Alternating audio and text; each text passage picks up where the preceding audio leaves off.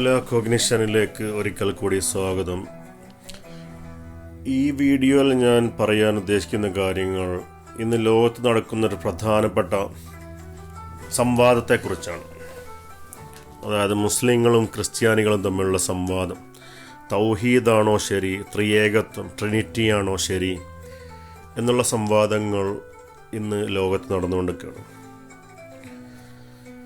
എല്ലാ ആളുകളും ഡിബേറ്റുകളുടെയും അതായത് സംവാദങ്ങളുടെയും ചർച്ചകളുടെയും വിമർശനങ്ങളുടെയും നിരൂപണങ്ങളുടെയും പിന്നാലെ ഓടിക്കൊണ്ടിരിക്കുന്നൊരു പ്രവണതയാണ് നാം കണ്ടുകൊണ്ടിരിക്കുന്നത്. അപ്പോൾ മൗല കോഗ്നിഷൻ ഇതിൽ ഇടപെടാൻ തീരുമാനിച്ചു. ഇടപെട്ട് പോയി. മുകേഷ് പറഞ്ഞതുപോലെ ഞാൻ ഇടപെട്ട് പോയി. രണ്ട് കള്ളന്മാരെ കൊണ്ടോടുമ്പോൾ മൂന്നാമതൊരു നല്ലൊരു കള്ളം വരണമല്ലോ ഇടപെടാൻ, കാര്യം ഒതുക്കി തീർക്കാൻ, പ്രശ്നം തീർക്കാൻ.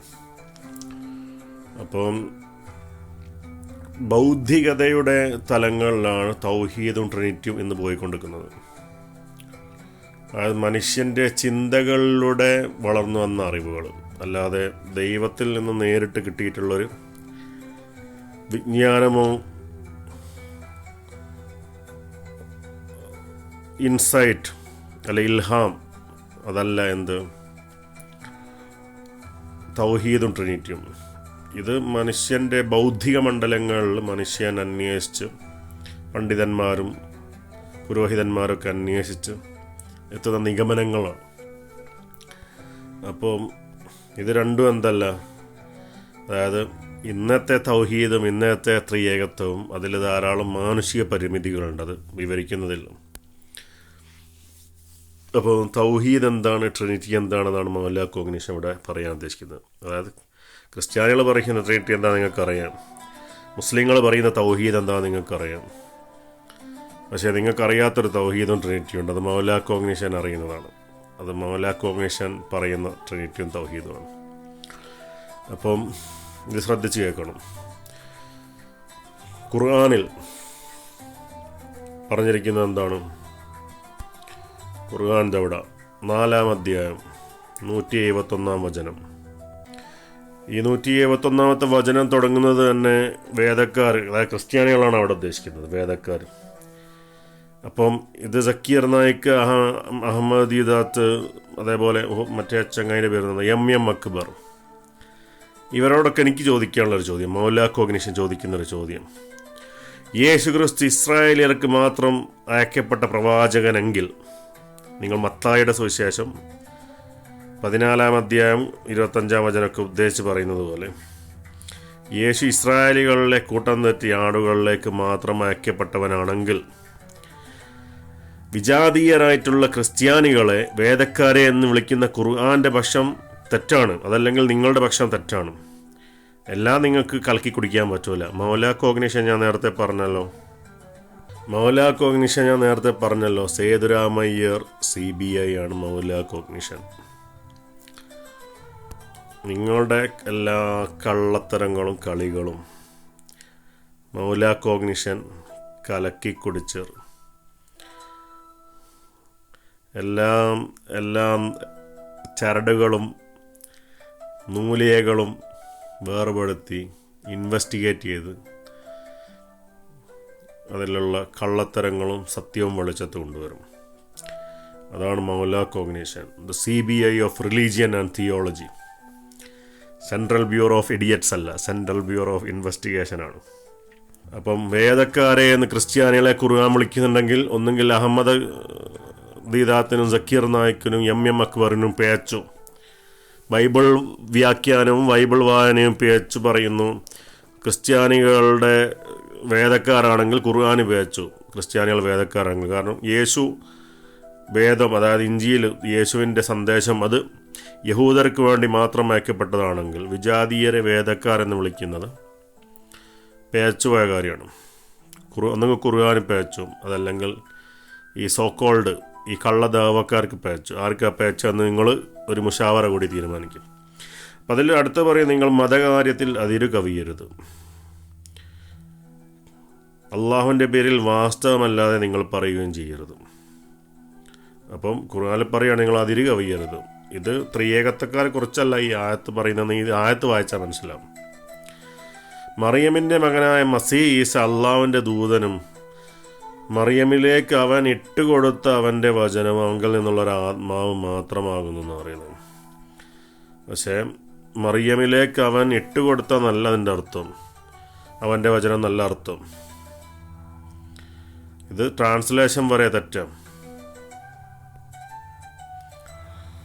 സോ ഇതിൽ പറയുന്നത് അള്ളാഹുവിൻ്റെ വചനമാണെന്നാണ്. ഈസബിന് മറിയമ റസൂലുള്ളാഹി വ കലിമത്തുഹു അൽഖാഹ ഇലാ മറിയം. അപ്പോൾ മുഹമ്മദ് നബിയിലേക്ക് അള്ളാഹു ഇട്ടുകൊടുത്ത വചനം എന്താണ്? അത് ഖുർആനാണ്. മറിയത്തിലേക്ക് അള്ളാഹു ഇട്ടുകൊടുത്ത വചനം എന്താണ്?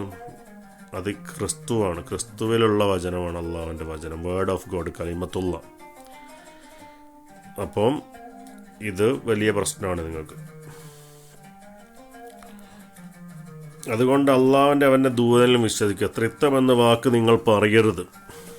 അതായത് പിതാവ് വേറെ, പിതാവ് പൂർണ്ണദൈവം, പിതാവ് പുത്രനല്ല, പുത്രൻ പൂർണ്ണദൈവം, പുത്രൻ പരിശുദ്ധാത്മാവല്ല, പരിശുദ്ധാത്മാവ് പൂർണ്ണദൈവം, പരിശുദ്ധാത്മാ പിതാവും പുത്രനല്ല, അങ്ങനെ പറയരുതെന്നാണ് ഖുർആൻ പറഞ്ഞത്. കാരണം യോഹന്നാൻ്റെ സുവിശേഷം തന്നെ നമ്മൾ യോഹന്നാൻ 14, 15, 16 അധ്യായങ്ങൾ വായിച്ചാൽ നമുക്ക് മനസ്സിലാക്കാൻ പറ്റും. പിതാവായ സത്യദൈവമായ ഏകദൈവം, യോഹന്നാൻ്റെ സുവിശേഷം 17 അധ്യായം 3 വചനം, ഇതാണ് നിത്യജീവനിലേക്കുള്ള വഴി. നീയും ഏക സത്യദൈവമായ നിന്നെയും നീ അയച്ച മിശിഹായെയും അറിയലാണ് നിത്യജീവനിലേക്കുള്ള വഴി എന്ന് പറഞ്ഞത്. അപ്പോൾ മിശിഹ എന്താണെന്ന് ഈ ആയത്ത് പറയുന്നുണ്ട്. മിശിഹ എന്ന് പറയുന്നത് പൂർണ്ണ മനുഷ്യനും അള്ളാഹുവിൻ്റെ വചനവുമാണ്. റസൂലുള്ളാഹ് എന്ന് പറഞ്ഞു കഴിഞ്ഞാൽ മെസ്സഞ്ചർ ഓഫ് ഗോഡ്, ദൈവത്തിൻ്റെ ദൂതൻ, പൂർണ്ണ മനുഷ്യൻ. വ കലിമത്തുഹു അള്ളാഹുവിൻ്റെ വചനം, യമിലേക്ക് ഇട്ടുകൊടുത്ത അള്ളാഹുവിൻ്റെ വചനം.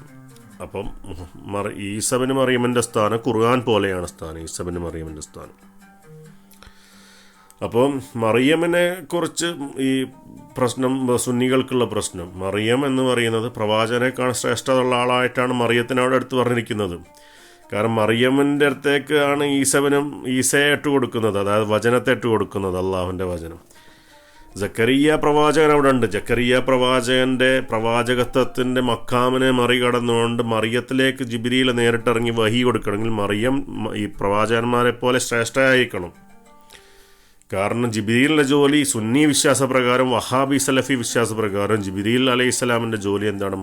ഗബ്രിയേൽ മാലാഖയുടെ ജോലി ദൂതന്മാർക്ക്, അതായത് ദൈവദൂതന്മാർക്ക് വഹി, വചനങ്ങൾ, ദൈവസന്ദേശം അയച്ചു കൊടുക്കലാണ്. അപ്പം കന്യാമറിയം ദൈവദൂതന്മാരെ പോലെയുള്ള സ്ഥാനം, അല്ലെ അതിനേക്കാൾ മഹത്വമുള്ള സ്ഥാനത്തിനുടമയല്ല എങ്കിൽ ജിബ്രീലിനും അള്ളാഹുവിനും പേച്ചെന്ന് പറയേണ്ടി വരും. കാരണം അവിടെ യഹിയ ജക്കരിയ ഉണ്ട്. ജക്കരിയ എന്ന് പറഞ്ഞാൽ ഇസ്ലാമിൽ നബിയാണ്, പ്രവാചകനാണ്. ജക്കരിയ നബിയോട്ടുള്ള സമയത്ത് ജക്കരിയയിലേക്കല്ലേ പോകേണ്ടി? ആ പ്രോട്ടോക്കോൾ അള്ളാഹു മറികടന്നു.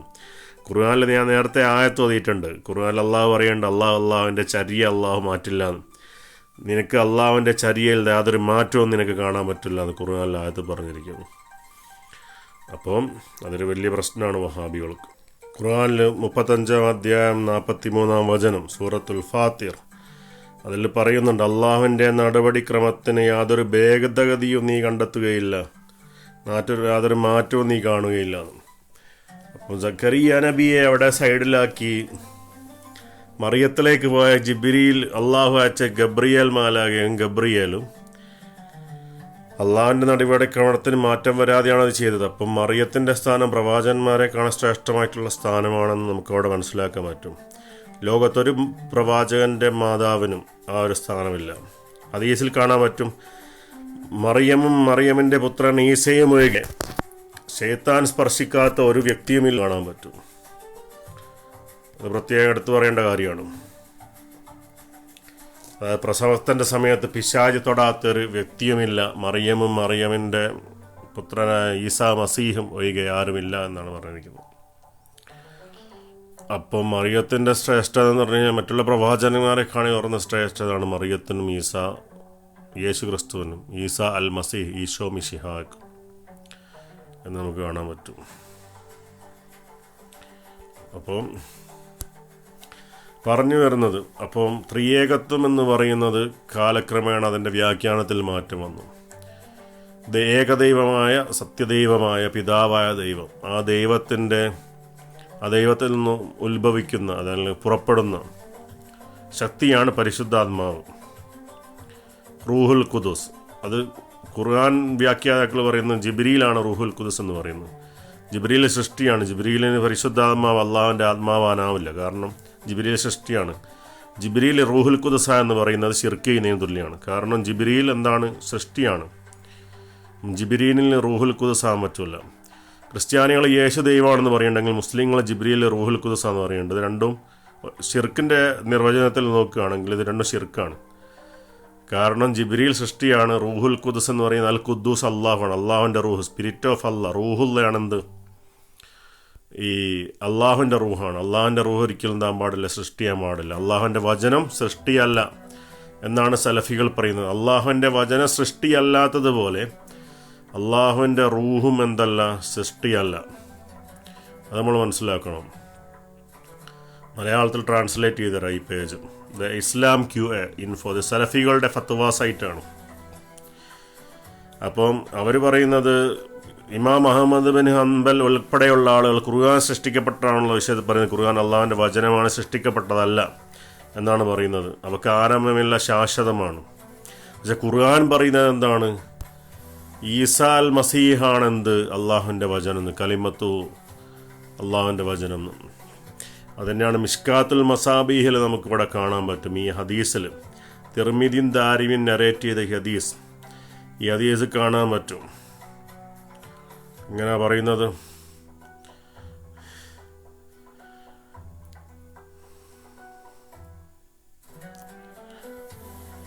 ഇതിൽ പറഞ്ഞിരിക്കുന്നത്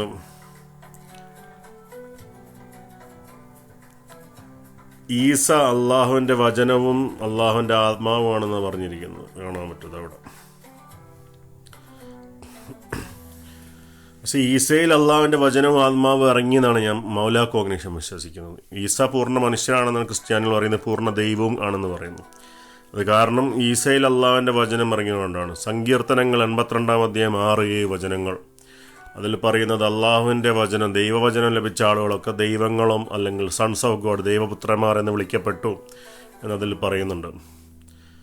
അപ്പോൾ അതുതന്നെയാണ് യോഹന്നാൻ്റെ സുവിശേഷം 1-ാം അധ്യായം, ആദിയിൽ വചനമുണ്ടായിരുന്നു, വചനം ദൈവത്തോടു കൂടെയായിരുന്നു, വചനം ദൈവമായിരുന്നു, അവൻ ആദിയിൽ ദൈവത്തോടു കൂടെയായിരുന്നു. അത് പറയുന്നത് ഈ വചനത്തെക്കുറിച്ചാണ്. മനസ്സിലായല്ലോ? അപ്പം വചനം ദൈവത്തോടു കൂടെയായിരുന്നു, വചനം ദൈവമായിരുന്നു എന്ന് പറയുന്നത്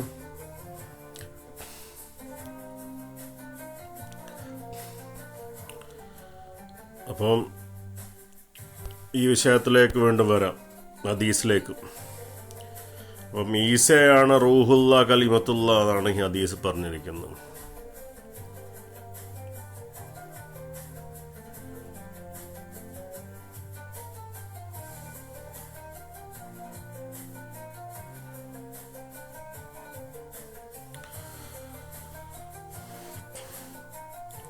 അവിടെ പറഞ്ഞിരിക്കുന്നു ഫൈസ കലിമത്തുള്ള വറൂഹും, അള്ളാഹുവിൻ്റെ ആത്മാവ്, അവൻ്റെ ആത്മാവാണ് ഈസാന്ന്, കലിമത്തുള്ള അള്ളാഹുവിൻ്റെ വചനമാണെന്ന്. അല്ലാണ്ട് മറിയമിലേക്ക് ഇട്ട് കൊടുത്താന്നല്ല അവിടെ പറഞ്ഞത്. ഖുർആനിലുള്ള വായിച്ച് മനസ്സിലാക്കണമെങ്കിൽ ഹദീസ് വായിച്ച് വ്യാഖ്യാനം മനസ്സിലാക്കണം. പക്ഷേ അള്ളാഹുവിൻ്റെ ആത്മാവും വചനവും ഈസയിലിട്ട് കൊടുത്തു എന്നാണ് യഥാർത്ഥത്തിൽ മനസ്സിലാക്കേണ്ടത്. പക്ഷേ അങ്ങനെയല്ല ഹദീസ് പറഞ്ഞിരിക്കുന്നത്. ഹദീസിൽ ഈസ തന്നെയാണ് വചനവും ആത്മാവും എന്നാണ് പറഞ്ഞിരിക്കുന്നത്. കാരണം ഈസ പരിശുദ്ധാത്മാവിനാൽ ജാതനായി, അതുകൊണ്ട് അദ്ദേഹം റൂഹുല്ല എന്നറിയപ്പെട്ടു. ഈസയിൽ അള്ളാഹുവിൻ്റെ വചനം ഈസയിൽ അവതരിച്ചു, അതായത് ഇൻകാർണേറ്റ് ചെയ്തെന്ന് പറയുന്നത്. പൂർണ്ണ മനുഷ്യനായി യേശുവിൽ ദൈവത്തിൻ്റെ വചനം അവതരിച്ചു, ദൈവം മനുഷ്യനിൽ അവതരിച്ചു, ദൈവത്തിൻ്റെ വചനം. കാരണം വചനം ദൈവം തന്നെയാണ് എന്നാണ് ബൈബിളിൻ്റെ യോഹന്നാൻ്റെ സുവിശേഷം 1-ാം അധ്യായം 1-ാം വചനം പറയുന്നത്. അതുതന്നെയാണ് ഇമാമുമാരും പറയുന്നത്. അവർ പറയുന്നത് ഖുർആൻ അള്ളാഹുവിൻ്റെ ഭാഗം തന്നെയാണ്, അള്ളാഹുവിൻ്റെ സിഫാത്താണ്, അള്ളാഹുവിൻ്റെ വചനം അത് സൃഷ്ടിക്കപ്പെട്ടതല്ല. അപ്പോൾ ഖുർആൻ സുന്നികൾ വിശ്വസിക്കുന്നത് ഖുർആനാണ് അള്ളാഹുവിൻ്റെ വചനം, കലാമ്, സൃഷ്ടിയല്ലാത്തത്. പക്ഷേ ഖുർആൻ പറയുന്നത് യേശുവാണ്, ഖുർആനും ഹദീസും പറയുന്നത് ക്രിസ്തു, ഈശോ മിശിഹ, ഈസാ മസീഹാണ് അള്ളാഹുവിൻ്റെ വചനം വചനവും ആത്മാവും എന്ന് പറയുന്നത്. കാരണം പരിശുദ്ധാത്മാവ്, ലൂക്കോസിൻ്റെ സുവിശേഷം 1-ാം അധ്യായം, അതിൻ്റെയും കൂടി തഫ്സീറാണ്, വ്യാഖ്യാനമാണ് ഈ ഹദീസ്.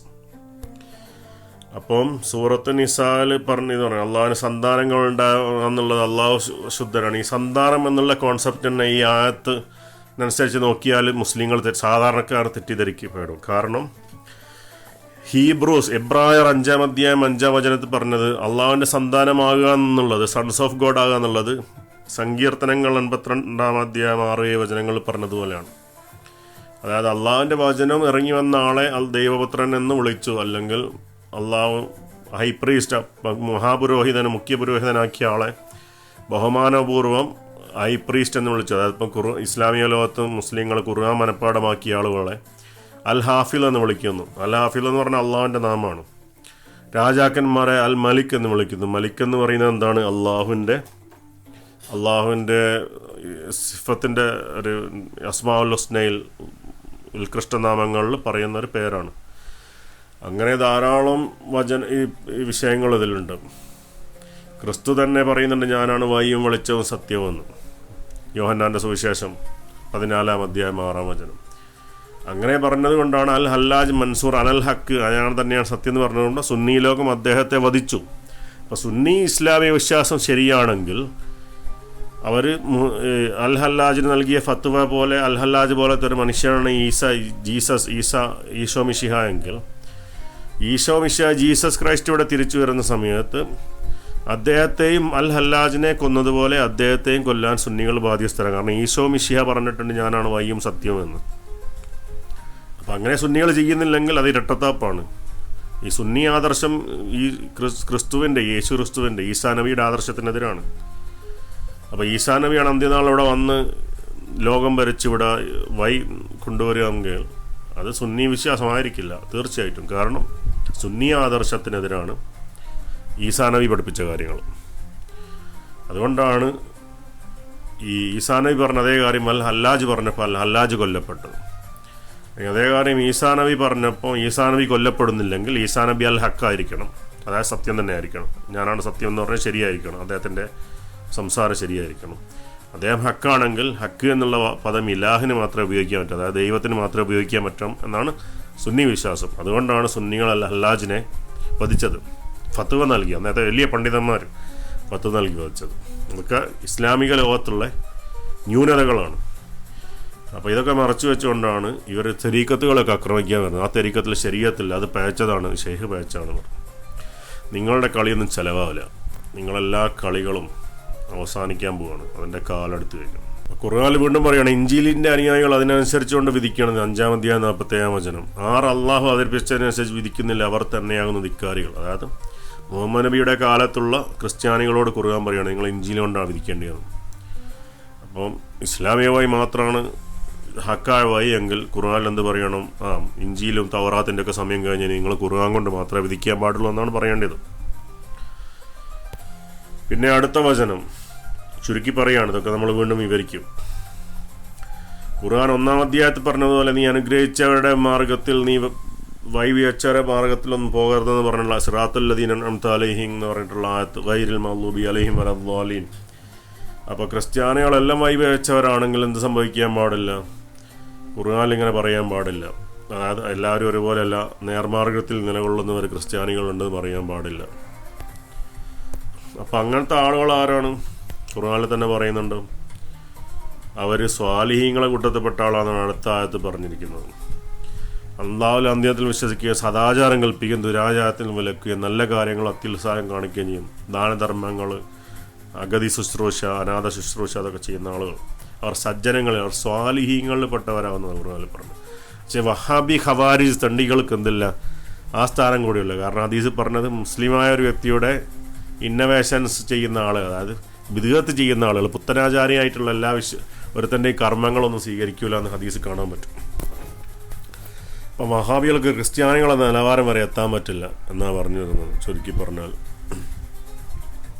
വഹാബികളോട് എനിക്ക് ചോദിക്കാനുള്ളൊരു ചോദ്യം, നിങ്ങളുടെ വഴിയാണ് ശരിയായ വഴിയെങ്കിൽ വഹാബി സലഫി ആദർശം പിന്തുടർന്നുകൊണ്ട് തരീക്കത്തുകളെ വിമർശിക്കുകയും അത് കുഫ്റാണ്, ഷിർക്കാണ് എന്നൊക്കെ പറഞ്ഞുകൊണ്ട് അതിനെതിരെ രംഗത്ത് വന്ന, മൗലിദിനും ദിക്റിനും മജ്ലിസുകൾക്കെതിരെ രംഗത്ത് വന്ന, ഖബറ സിയാറത്തിനും ഉറൂസ് ആചാരങ്ങൾക്കുമെതിരെ രംഗത്ത് വന്ന നബിതങ്ങളിലേക്ക് എത്തുന്ന മുറിയാത്ത പരമ്പരയുള്ള സഹീഹായിട്ടുള്ള ഇസ്നദായിട്ടുള്ള പരമ്പരയുള്ള സലഫി പണ്ഡിതന്മാരുടെ ഒരു സഹീഹ് ഇസ്നദായിട്ടുള്ളൊരു ശൃംഖല അത് വഹാബികൾ കൊണ്ടുവരട്ടെ. അതിൽ അവർ മദ്ഹബ് ഫോളോ ചെയ്ത് വരാൻ പാടില്ല, പിന്തുടർന്ന് വരാൻ പാടില്ല. തരീഖത്തിൻ്റെ ഇമാമാരെയോ ഷെയ്ഖുമാരെയോ ഗുരുവായിട്ട് എവിടെയും പിന്തുടരാൻ പാടില്ല. കാരണം ഹദീസ് പ്രകാരം ബിദ്അത്തുകാരെ പിന്തുടരുന്നത് തെറ്റാണ്, വിലക്കിയിട്ടുണ്ട് നബിതങ്ങൾ. അപ്പോൾ അങ്ങനത്തെ ഒരു സഹീഹ് ഇസ്നദ് ശൃംഖല, അതായത് ശരിയായ കണ്ണി അറ്റുപോകാത്ത ഇമാമമാരുടെ ഒരു പരമ്പര വഹാബികൾക്കുണ്ടെങ്കിൽ അവർ കൊണ്ടുവരട്ടെ. മൗലാ കോഗ്നിഷൻ വഹാബിസം സ്വീകരിച്ച് വഹാബികളോടെ പോകും. അങ്ങനെ ഒരു ശൃംഖല അവർക്കില്ലെങ്കിൽ അവർ വൈവേച്ചവരാണെന്ന് വഹാബികൾ 72 വിഭാഗത്തിൽപ്പെട്ട തണ്ടികളാണെന്ന് വഹാബികൾ അംഗീകരിക്കേണ്ടി വരും. അപ്പോൾ ജനങ്ങളിൽ സത്യവിശ്വാസികളുടെ ഏറ്റവും ശത്രുവുള്ള യഹൂദരും മതമാണെന്ന് കാണാൻ എന്ന് പറഞ്ഞിട്ട് പറയുകയാണ്. ക്രിസ്ത്യാനികളാണെന്ന് പറഞ്ഞവർ ആ ജനങ്ങൾ വെച്ച് സത്യവിശ്വാസികളോ ഏറ്റവും അടുത്ത സൗഹൃദമുള്ളവർ, അവരിൽ മതപണ്ഡിതന്മാർ സന്യാസികളുമുണ്ടെന്ന് അവർ അഹംഭാവം നടിക്കുന്നതല്ലെന്നുമാണ് കാരണം. മതപണ്ഡിതമാണെന്നുള്ളത് പുരോഹിതന്മാർ എന്നാണ്. അത് വഹാബികൾ തിരുത്തിയതാണ് ഈ ട്രാൻസ്ലേഷൻ. ഇസ്ലാമിൽ പൗരോഹിത്യമില്ല എന്നൊക്കെ പറയുന്ന വഹാബികൾ എങ്ങനെയാണ് ഇത് അംഗീകരിക്കുക? മതപണ്ഡിതന്മാർ പാസ്റ്റേഴ്സ് ഉള്ളത് ഇപ്പോൾ അടുത്താണല്ലോ. അതിൻ്റെ മുൻപ് ക്രിസ്തു മതത്തിലും ഒക്കെ നബിയുടെ കാലത്തുള്ള ക്രിസ്തു മതത്തിലൊക്കെ ഉള്ളത് പുരോഹിതന്മാരാണുള്ളത്, പൗരോഹിത്യം. അതേപോലെ സന്യാസിവര്യന്മാർ, മൊണാസ്ട്രയിൽ ജീവിക്കുന്ന ആളുകൾ. അപ്പോൾ മൊണാസ്ട്രിസം അപ്പോൾ വിശ്വാസികളോട് അടുത്ത ഇവരാണ് പറയുന്നത്. പക്ഷേ ഇന്ന് നോക്കിക്കഴിഞ്ഞ് കഴിഞ്ഞാൽ മുസ്ലിങ്ങൾ ചിന്തിക്കുന്നത് ഞങ്ങൾ ഏറ്റവും കൂടുതൽ അടുത്തവർ ജൂതന്മാരാണ്, യഹൂദ വിശ്വാസമാണ് ഞങ്ങളോട് അടുത്തത്, യഹൂദരാണ് അടുത്തവരെന്നാണ് ഇന്നത്തെ മുസ്ലിങ്ങൾ വിശ്വസിക്കുന്നത്. കാരണം ഇസ്ലാം എന്നില്ല, ഇസ്ലാം എന്ന പേരേ എന്നുള്ളൂ. ഇസ്ലാം ഉണ്ടെങ്കിൽ ഒരു സത്യവിശ്വാസി, ഒരു മുസ്ലിം ഒരു സത്യവിശ്വാസി ഉണ്ടെങ്കിൽ അദ്ദേഹം മനസ്സിലാക്കുക ക്രിസ്ത്യാനികളാണ് ഞങ്ങളോട് ഏറ്റവും കൂടുതൽ അടുത്ത് വരുന്നതാണ് അവർ മനസ്സിലാക്കുക. അതായത് ഈ ഒരു ക്വാളിറ്റി കൊണ്ട്, സന്യാസത്വം, പൗരോഹിത്യം, ഈ എല്ലാം ക്വാളിറ്റി കൊണ്ട് അടുത്തത് ക്രിസ്ത്യാനികളാണെന്ന് മനസ്സിലാക്കും. പിന്നെ വീണ്ടും പറയുന്നുണ്ട്, ഇത് നമുക്ക് ഈ ആയത്തിലേക്ക് വരാം. ആദ്യത്തിൽ 27 ഇതിൽ നൂഹിനെയും ഇബ്രാഹിമിനെയും അയച്ചു എന്ന് പറഞ്ഞിട്ട് പറയാണ്. പ്രവാചകത്വം ഏതൊക്കെ നൽകിയെന്ന് പറഞ്ഞിട്ട് പിന്നെ പറയാണ്. പിന്നീട് നാം ദൂതന്മാരെ അയച്ച് മറിയമിൻ്റെ മകൻ ഈസയെ നാം തുടർന്ന് അയച്ച് അദ്ദേഹത്തിന് നാം ഇഞ്ചിയിൽ നൽകുകയും അദ്ദേഹത്തെ പിൻപറ്റിയവരുടെ ഹൃദയങ്ങളിൽ നാം കൃപയും കരുണയും ഉണ്ടാക്കി. സന്യാസ ജീവിതത്തെ അവർ പുതുതായി നിർമ്മിച്ചു. അള്ളാഹിൻ്റെ പ്രീതി തേടേണ്ടതിന് വേണ്ടി അവരത് ചെയ്തു എന്നല്ലാതെ നാം അവർക്ക് നിയമമാക്കിയിട്ടില്ല. അതായത് അത് ഫർളാക്കിയിട്ടില്ല. പക്ഷെ അത് അവർ ഒരു സുന്നത്തായിട്ടുള്ളൊരു സുന്നത്തുൽ ബിദ്അ ഹസനായിട്ട് തുടങ്ങിയതാണ്, നല്ല ബിദ്അത്തായിട്ട്.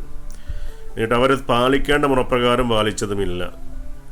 അപ്പോൾ അള്ളാഹു ഒരാളെ ബിദ്അത്തൊന്നും സ്വീകരിക്കൂല എന്നുള്ള വഹാബികളെ പറയുന്ന രൂപത്തിലുള്ള ബിദ്അത്താണെങ്കിൽ പിന്നെ അള്ളാഹു എന്തിന്, ഖുർആൻ എന്തിനു ഇവിടെ പറയണം അവരത് ശരിക്കും പാലിച്ചില്ല എന്ന്? കാരണം പാലിക്കില്ല എന്ന് തന്നെ പറയേണ്ട ആവശ്യമില്ലല്ലോ. കാരണം ആൾറെഡി ബിദ്അത്താണ് അംഗീകരിക്കില്ലെങ്കിൽ പാലിച്ചില്ല എന്ന് പിന്നെ പറയേണ്ട ആവശ്യമില്ല. അപ്പോൾ അവരുടെ കൂട്ടത്തിൽ നിന്ന് വിശ്വസിച്ചവർക്ക് അവരുടെ പ്രതിഫലം നാം നൽകി. അവരിൽ അധിക പേരും ദുർമാർഗ്ഗികളാണ്. അതായത് ക്രിസ്തീയ ലോകത്ത് വിശ്വസിച്ചവർക്ക് അള്ളാഹു പ്രതിഫലം നൽകി. റബ്ബന ആമന്ന ബിമാ അൻസലത വത്തബഅന റസൂല ഫത്തുബന മഅ ശാഹിദീൻ എന്നുള്ള ആയത്ത് കാണാൻ പറ്റും. അപ്പോൾ അള്ളാഹു പ്രതിഫലം നൽകി എന്ന് പറയുന്നവർക്ക്. പിന്നെ വീണ്ടും ഖുർആനിൽ നമുക്ക് കാണാൻ പറ്റും. അൽ ബഖറ 2-ാം അധ്യായം 62-ാം വചനം. ഈ വചനം എന്ന് പറയുന്നത് പല ആദർശങ്ങളുടെയും സംഘടനകളുടെയും അക്കീദയുടെ വിശ്വാസത്തിൻ്റെ നട്ടലൊടിക്കുന്ന വചനമാണ്. ഇതിൽ പറഞ്ഞിരിക്കുന്നത് മുഹമ്മദ് നബിയിൽ വിശ്വസിച്ചവരോ യഹൂദമതം സ്വീകരിച്ചവരോ ക്രൈസ്തവരോ സഹാബികളോ ആരുമാട്ടെ മൻ ആമന ബില്ലാഹി, അങ്ങനെ പറഞ്ഞത്. അള്ളാഹുവിന്റെ അന്ത്യദിനത്തിൽ വിശ്വസിക്കുകയും സൽക്കർമ്മങ്ങൾ പ്രവർത്തിക്കുകയും ചെയ്തിട്ടുള്ളവർക്ക് അവരുടെ രക്ഷിതാവിങ്ങൾ അവർ അർഹിക്കുന്ന പ്രതിഫലമുണ്ട്. അവർ ഭയപ്പെടേണ്ടതില്ല, അവർ ദുഃഖിക്കേണ്ടി വരികയുമില്ല. ഇതനുസരിച്ച് നോക്കുകയാണെങ്കിൽ വേറെ പ്രശ്നമുണ്ട്. ക്രിസ്തു പറഞ്ഞിട്ടുണ്ട്, എന്നിൽ വിശ്വസിക്കാത്തവനൊക്കെ യോഹന്നാൻ്റെ സുവിശേഷം 7-ാം അധ്യായം 8-ാം വചനം കാണാൻ പറ്റും. ക്രിസ്തുവിൽ വിശ്വസിക്കാത്തവർ രക്ഷപ്പെടില്ല എന്ന് ബൈബിളിലുണ്ട്, ഖുർആൻ്റെ ഇതര വചനങ്ങളിലുണ്ട്. അപ്പോൾ ഈ ആയത്ത് പറയുന്നത് ഇവരാരും ഭയപ്പെടേണ്ടതില്ല എന്നാണ്. അപ്പം മൂസാ നബിയിൽ വിശ്വസിച്ച് അതിന് ശേഷത്തെ നബിമാരിലും വിശ്വസിച്ചില്ലെങ്കിൽ നിങ്ങൾ ഭയപ്പെടേണ്ടതില്ല എന്നുള്ളൊരു സൂചനയാണ് ഈ ആയത്തിൽ വരുന്നത്. അത് ഭയങ്കര പ്രശ്നമാണ്. കാരണം ഈ ആയത്ത് കൊണ്ടുവരുന്നത് മുഹമ്മദ് നബിയിൽ മാത്രം വിശ്വസിച്ചാൽ മതി, അത് നിങ്ങൾ ക്രിസ്ത്യാനി യഹൂദർ ആരെങ്കിലും ആയിക്കോട്ടെ, ഇനിയിപ്പോൾ മുഹമ്മദ് നബിയിൽ വിശ്വസിക്കേണ്ട ആവശ്യമില്ല എന്ന് ഇവിടെ പറഞ്ഞു വെക്കുമ്പോൾ മുൻപത്തെ സമുദായങ്ങളൊന്നും അവരുടെ കാലഘട്ടത്തിൽ നബിയെ വിശ്വസിക്കുക അംഗീകരിക്കാത്ത ചെയ്യാത്തതിന് അവർ കുറ്റക്കാരല്ല എന്നുള്ളൊരു നിഗമനത്തിലേക്കാണ് ഈ ആയത്തെത്തുന്നത്. പക്ഷേ ഖുർആനിലുള്ള ഇതര ആയത്തുകൾ പറഞ്ഞിരിക്കുന്നത് ആ പ്രവാചകന്മാരിൽ വിശ്വസിക്കാത്തവർ നഷ്ടക്കാരാണെന്ന് പറഞ്ഞിട്ടുണ്ട് അടുത്ത ആയത്തുകളിൽ. അപ്പോൾ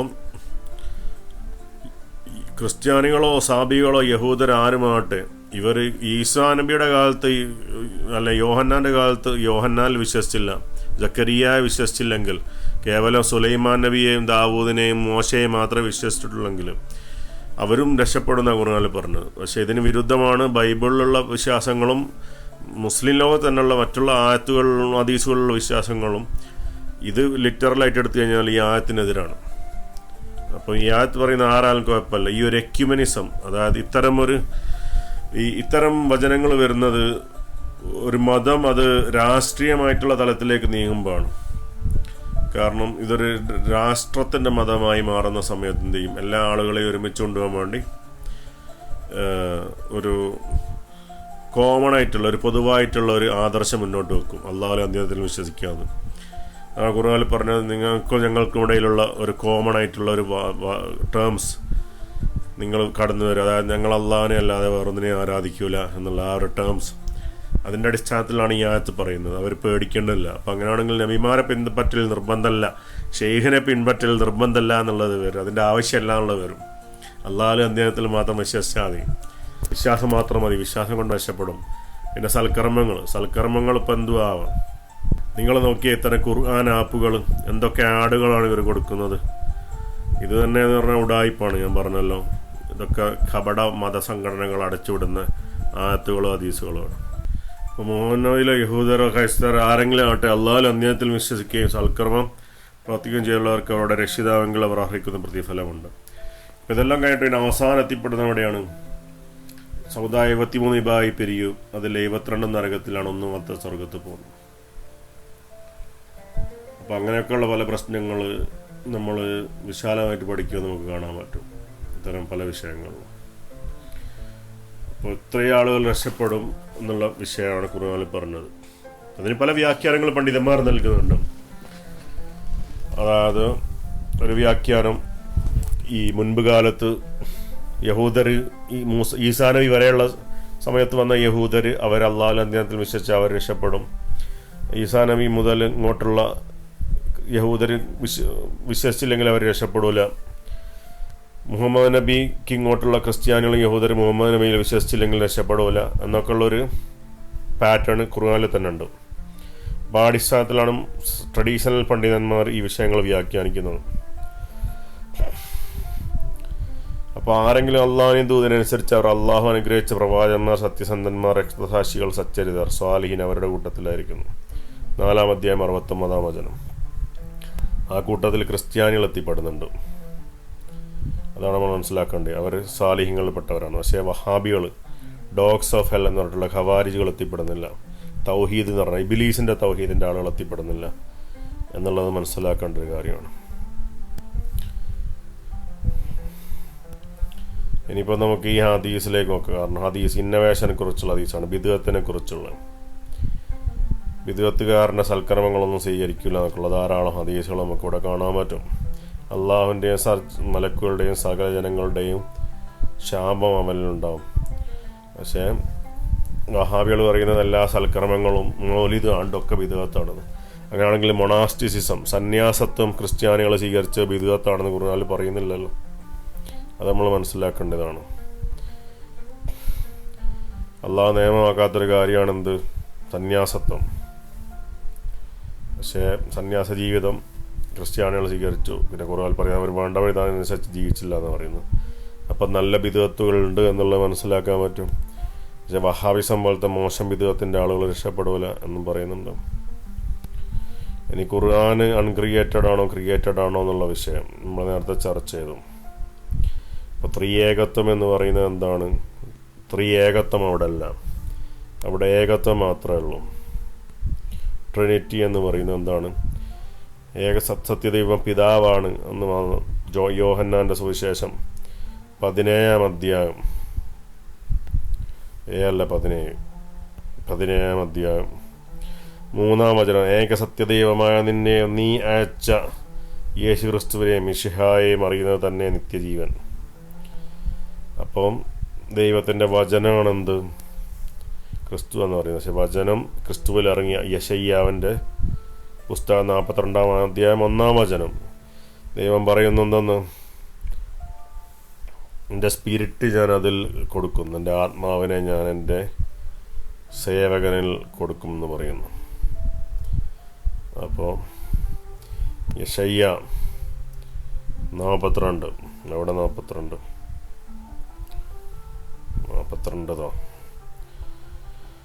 ഇതാ ഞാൻ താങ്ങുന്ന എൻ്റെ ദാസൻ, എൻ്റെ ഉള്ളം പ്രസാദിക്കുന്ന എൻ്റെ പുത്രൻ, ഞാൻ എൻ്റെ ആത്മാവിനെ അവൻ്റെ മേൽ വച്ചിരിക്കുന്നു, അവൻ ജാതികളോട് ന്യായം പ്രസ്താവിക്കുന്നു.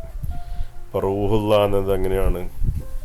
അപ്പം ആ ഒരു ദാസൻ, ആ പുത്രൻ, ആ ദാസനെയാണ് എന്ത് ബൈബിളിൽ വിളിച്ചിരിക്കുന്നത്? മിശിഹ എന്ന് വിളിച്ചിരിക്കുന്നത്. നമുക്ക് കാണാൻ പറ്റും ഇവിടെ.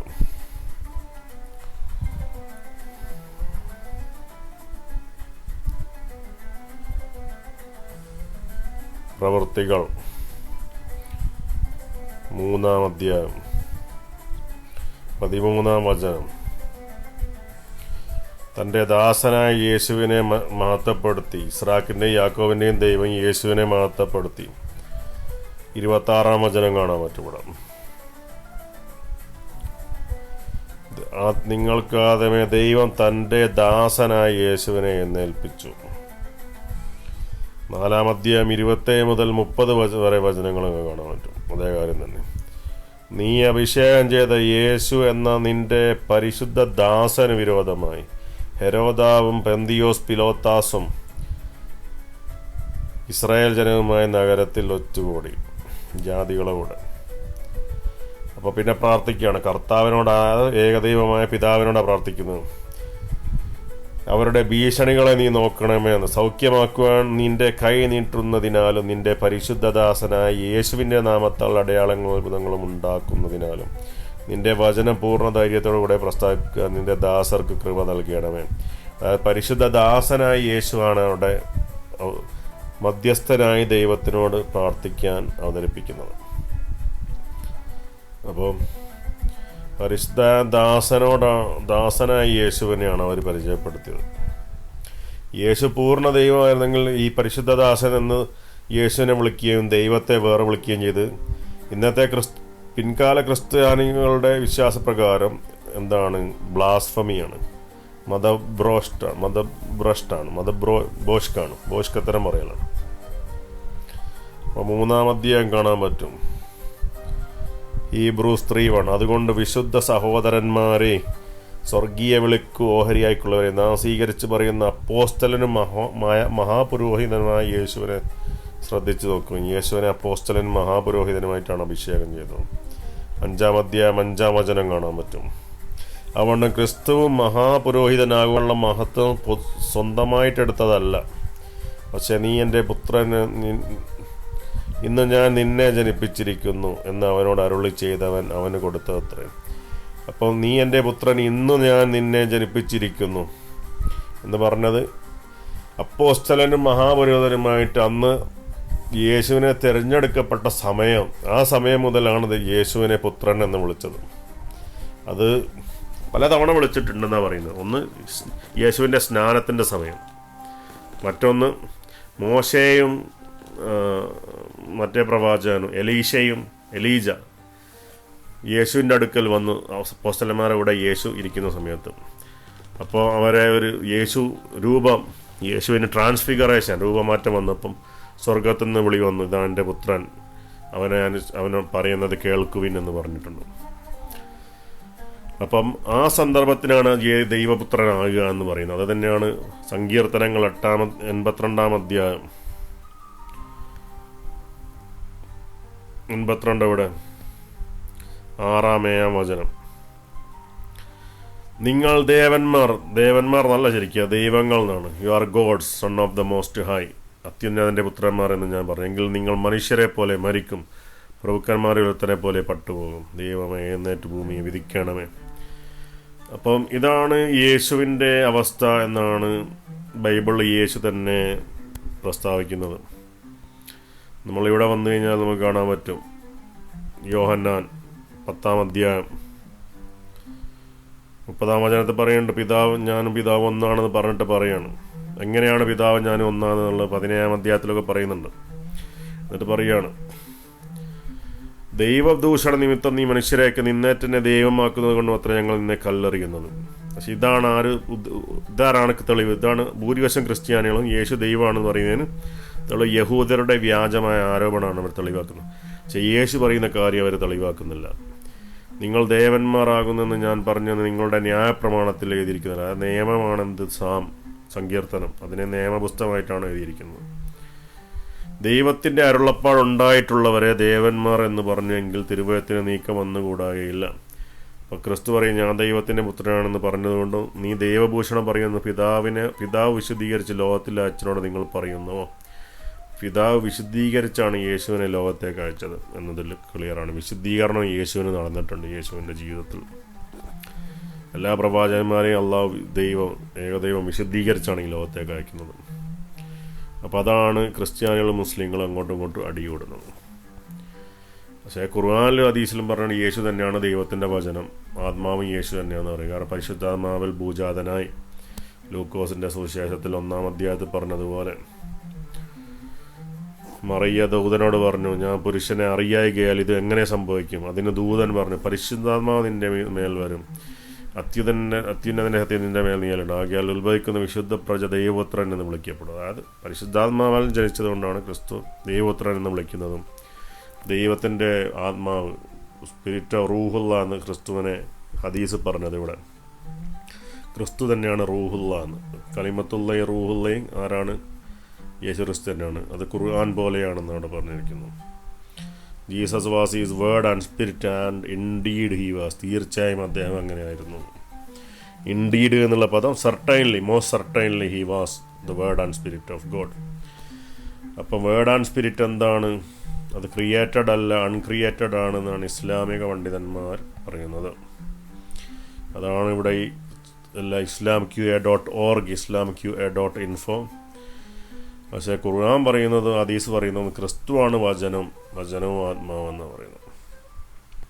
പക്ഷെ മൗലാ കോഗ്നിഷൻ പറയുന്നത് ക്രിസ്തുവിൽ അള്ളാഹുവിൻ്റെ വചനവും ദൈവത്തിൻ്റെ വചനവും ആത്മാവും ഇറങ്ങി. അതുകൊണ്ട് സങ്കീർത്തനങ്ങൾ 82-ാം അധ്യായം 6 പറഞ്ഞതുപോലെ ക്രിസ്തുവിനെ എന്ത് ചെയ്തു? ദൈവപുത്രൻ എന്നും ദൈവം എന്നും ദൈവവചനത്തിൻ്റെ അവതാരം എന്നും വിളിച്ചു. യോഹന്നാൻ്റെ സുവിശേഷം 1-ാം അധ്യായത്തിൽ പറയുന്നത് പോലെ. അപ്പോൾ അതാണ് മൗലാ കോഗ്നിഷൻ്റെ വ്യൂ. അതാണ് തൗഹീദ്, അതാണ് ട്രിനിറ്റി, അതാണ് ത്രിയേകത്വം. കാരണം ക്രിസ്ത്യാനികളുടെ വിശ്വാസപ്രകാരം ത്രിയേകത്വ പ്രകാരം പിതാവും പുത്രനും ഡിസ്റ്റിങ്റ്റീവാണ്, അതായത് വേറിട്ട 2 ശക്തികളാണ്. പക്ഷേ ഒരേ ദൈവത്തിൻ്റെ 3 പേഴ്സൺസ്, 3 വ്യക്തികളാണ്. പിതാവ്, പുത്രൻ, പരിശുദ്ധാത്മാവ്. ഒന്ന് മറ്റൊന്നല്ല. പിതാവ് പുത്രനല്ല, പുത്രൻ പരിശുദ്ധാത്മാവല്ല, പരിശുദ്ധാത്മാവ് പുത്രൻ പിതാവല്ല. പക്ഷേ അത് ഡിസ്റ്റിങ്റ്റീവാണ്, അതായത് 3 വേറെയാണെന്നാണ് പറയുന്നത്, ഒന്നല്ല എന്ന്. പക്ഷേ ദൈവം ഒന്നേ ഉള്ളൂ. പക്ഷെ അത് എന്ന് പറഞ്ഞു കഴിഞ്ഞാൽ വ്യാഖ്യാനത്തിൽ വന്ന പാകപ്പേകളാണ്. പിന്നെ കാരണം എന്ന് പറയുന്നത് അവിടെ പുത്രനല്ല, അവിടെ ദൈവത്തിൻ്റെ ഭാഗം, അവിടെ ദൈവവചനമാണ്. അതായത് പുത്രനിൽ അവതരിക്കപ്പെട്ട ദൈവത്തിൻ്റെ വചനമാണ് ദൈവം. അതായത് 1-ാം അധ്യായം 1-ാം വചനം പറഞ്ഞതുപോലെയും ഖുർആനിക പണ്ഡിതന്മാർ പറഞ്ഞ കാര്യങ്ങൾ അള്ളാഹുവിൻ്റെ വചനമാണ്, ഖുർആൻ സൃഷ്ടിയല്ല എന്നുള്ള വിഷയം. അപ്പോൾ ദൈവത്തിൻ്റെ വചനം ദൈവത്തിൻ്റെ സിഫത്താണ്. അതായത് പിതാവിൻ്റെ സിഫത്താണ് എന്ത്? വചനം, വേർഡ് ഓഫ് ഗോഡ്. പിതാവിൻ്റെ സിഫത്ത് തന്നെയാണ്. സിഫത്ത് എന്ന് പറഞ്ഞു കഴിഞ്ഞാൽ ആട്രിബ്യൂട്ട്, പിതാവിൻ്റെ ഗുണങ്ങൾ, സവിശേഷമായിട്ടുള്ള പേഴ്സണാലിറ്റിയുടെ ഭാഗമാണ് വചനം. അതേപോലെ പിതാവിൻ്റെ പേഴ്സണാലിറ്റി, പിതാവായ ദൈവത്തിൻ്റെ ഏകസത്യദൈവമായ ഏകദൈവത്തിൻ്റെ പേഴ്സണാലിറ്റിയുടെ ഭാഗമാണ് പരിശുദ്ധാത്മാവ്. കാരണം പിതാവായ ഏകദൈവം മനുഷ്യർക്ക് സമീപിക്കാൻ പറ്റാത്ത ലോകത്തിൽ ജീവിക്കുന്നതാണെന്ന് എല്ലാ മതഗ്രന്ഥങ്ങളും ഖുർആനിലും ബൈബിളിലൊക്കെ പറഞ്ഞിട്ടുണ്ട്.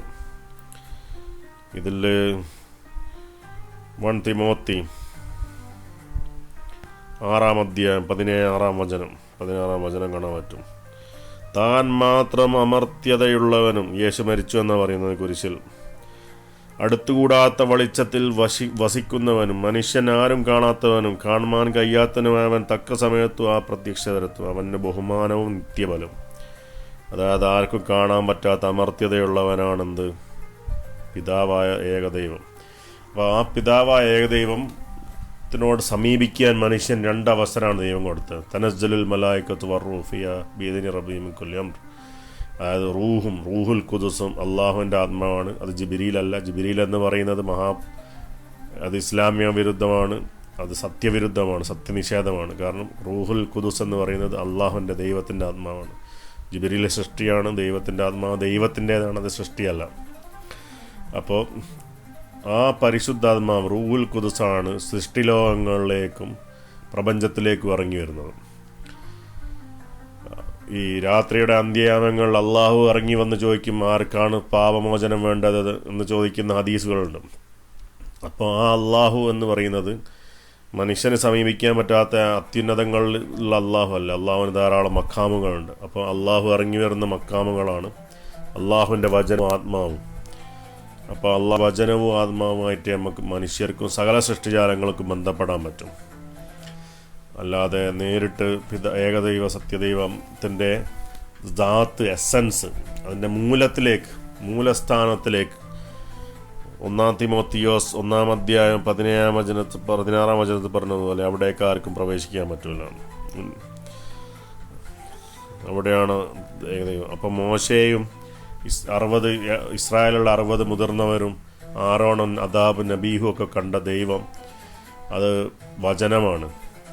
ആ വചനം വെളിപ്പെട്ടത് യേശുവിലാണ്. അത് അബ്രഹാമിന് മുൻപും അബ്രഹാമിൻ്റെ ഈ ലോകത്തിൻ്റെ തന്നെ സൃഷ്ടിക്ക് മുൻപും അള്ളാഹു വചനത്തെ വെളിപ്പെടുത്തിയത് ക്രിസ്തുവിലൂടെയാണ്. അതുകൊണ്ടാണ് ക്രിസ്തു ത്രിയേകത്വത്തിൻ്റെ പ്രതിനിധാനം ചെയ്യുന്ന, മനുഷ്യന് വെളിപ്പെടുത്തുന്ന, ദൈവത്തെ വെളിപ്പെടുത്തുന്ന ദൈവത്തിൻ്റെ സിഫത്ത് അത് മനുഷ്യരൂപത്തിൽ മനുഷ്യനിൽ അവതരിച്ചു. മനുഷ്യനായ യേശുവിൽ ദൈവത്തിൻ്റെ സിഫത്തായിട്ടുള്ള ആട്രിബ്യൂട്ട്, ഗുണമായിട്ടുള്ള വചനം അവതരിച്ചു.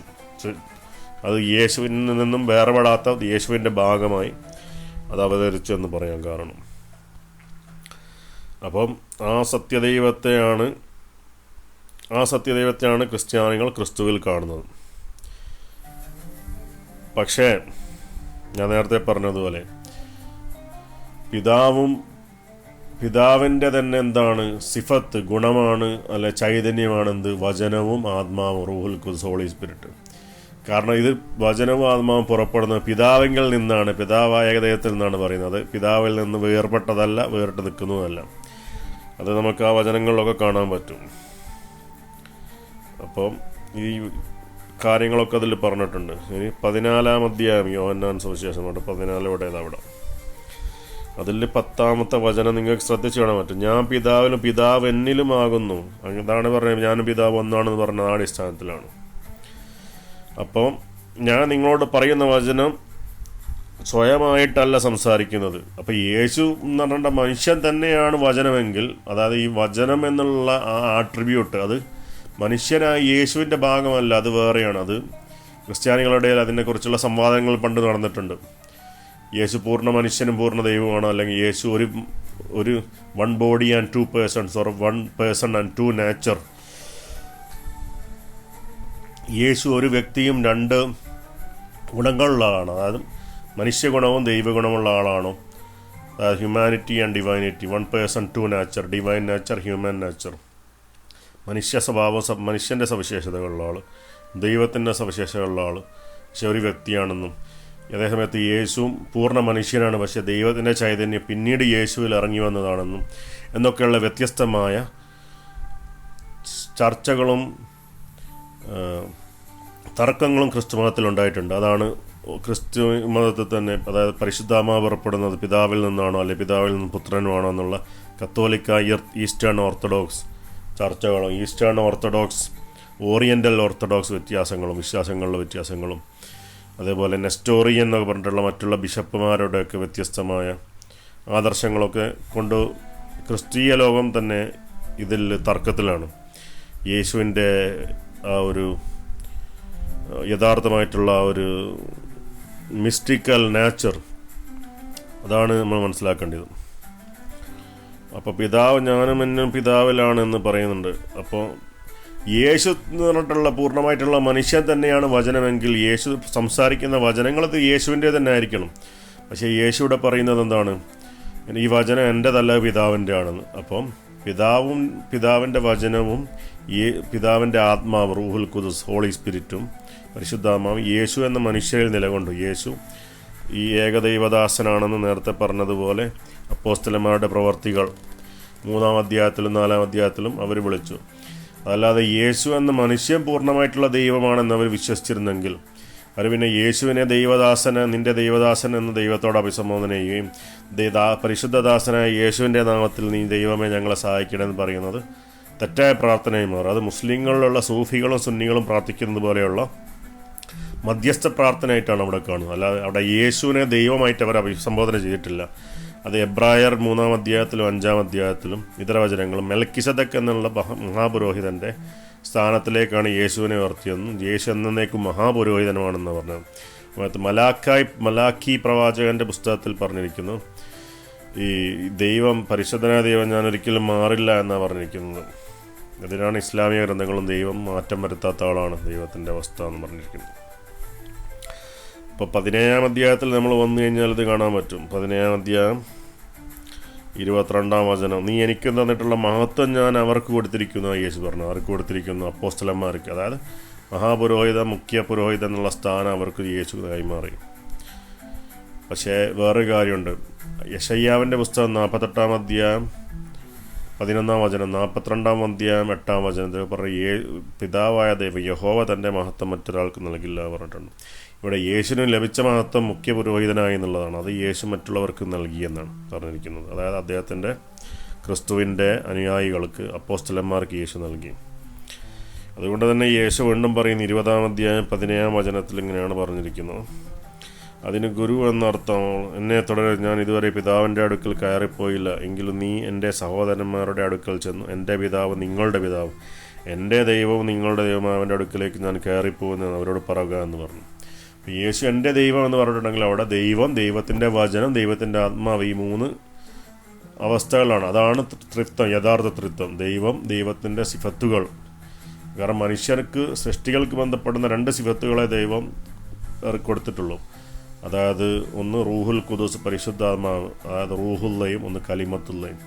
കലിമത്തുല്ല എന്നുള്ളതിൽ മുസ്ലിങ്ങൾ തന്നെ കലിമത്തുല്ലയെ ഖുർആൻ ഗ്രന്ഥങ്ങളാക്കിക്കൊണ്ട് രൂപങ്ങളിൽ വരുത്തിയിട്ടുള്ള പല ഗ്രന്ഥങ്ങളും പല ഡിസൈനുകളും ആപ്പിലൊക്കെ ഇറക്കുന്നു ഖുർആൻ വചനങ്ങളും.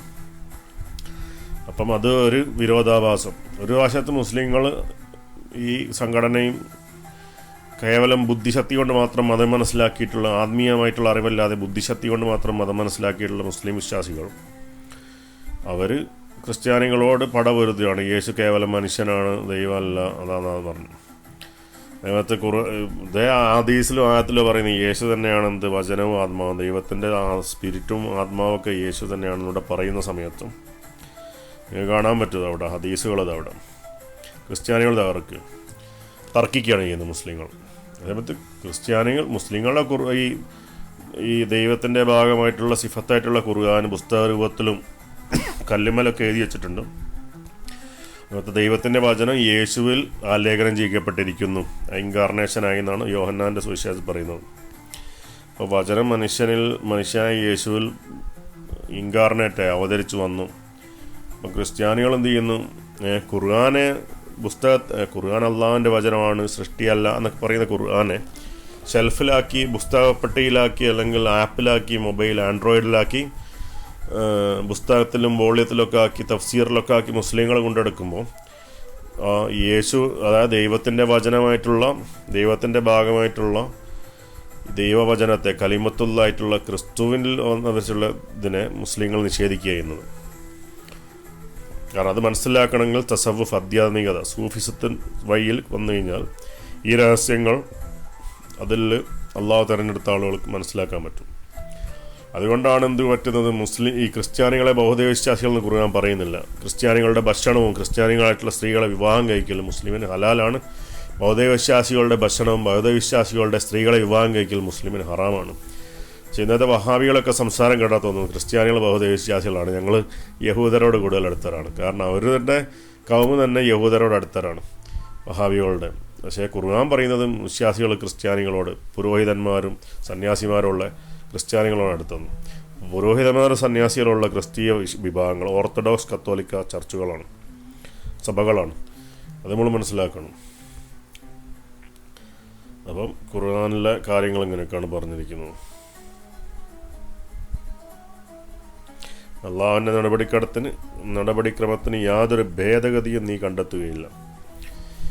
അപ്പോൾ ബിദ്അത്ത് ചെയ്ത വഹാബികൾ പരലോകത്തൗട്ട്.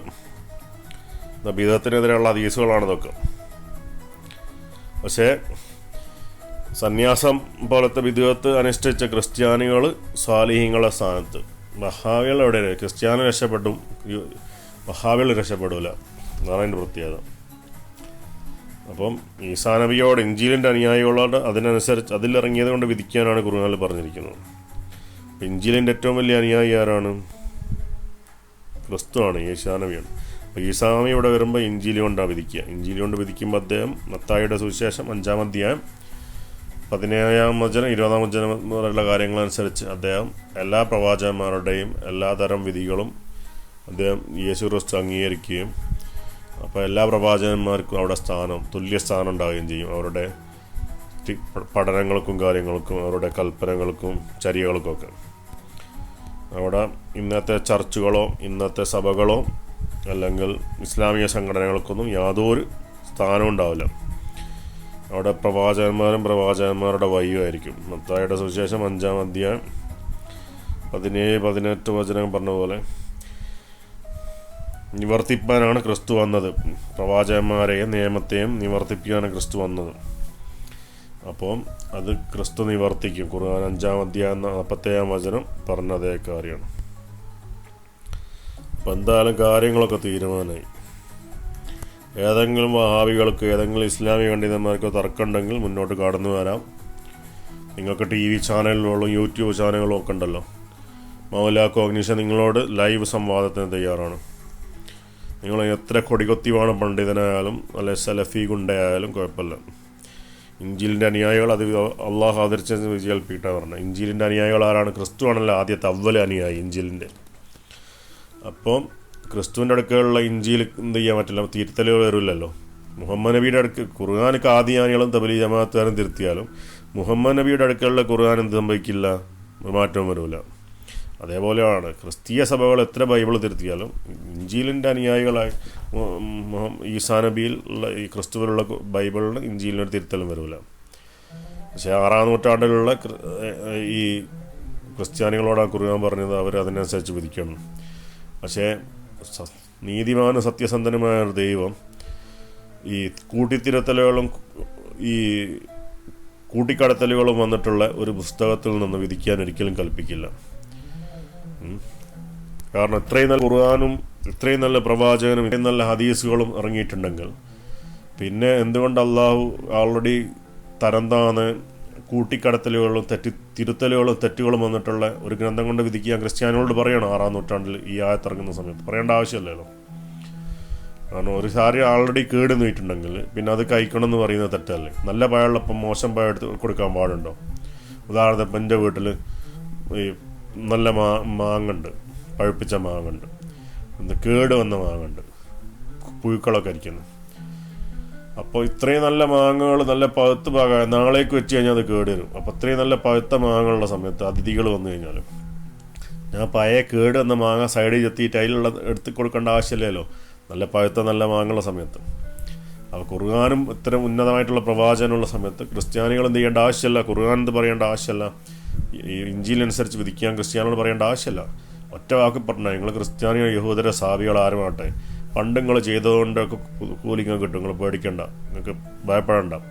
പക്ഷേ ഇന്ന് ഇവിടെ മുഹമ്മദ് നബിയും ഖുർആനും സുന്നത്ത് വന്നിട്ടുണ്ട്. ഇന്ന് ഇതുകൊണ്ട് മാത്രം വിധിച്ചാലേ നിങ്ങൾ രക്ഷപ്പെടും, ഇത് മാത്രം ഫോളോ ചെയ്താലേ പിന്തുടർന്നാലേ നിങ്ങൾ രക്ഷപ്പെടുന്നതാണ് പറയേണ്ടത്. അപ്പോഴാണ് ഒരു പുതിയൊരു അന്ത്യപ്രവാചകൻ സർവ്വലോകർക്കും വന്ന പ്രവാചകൻ്റെ അവിടെ പൂർണ്ണമായിട്ട് നിൽക്കും.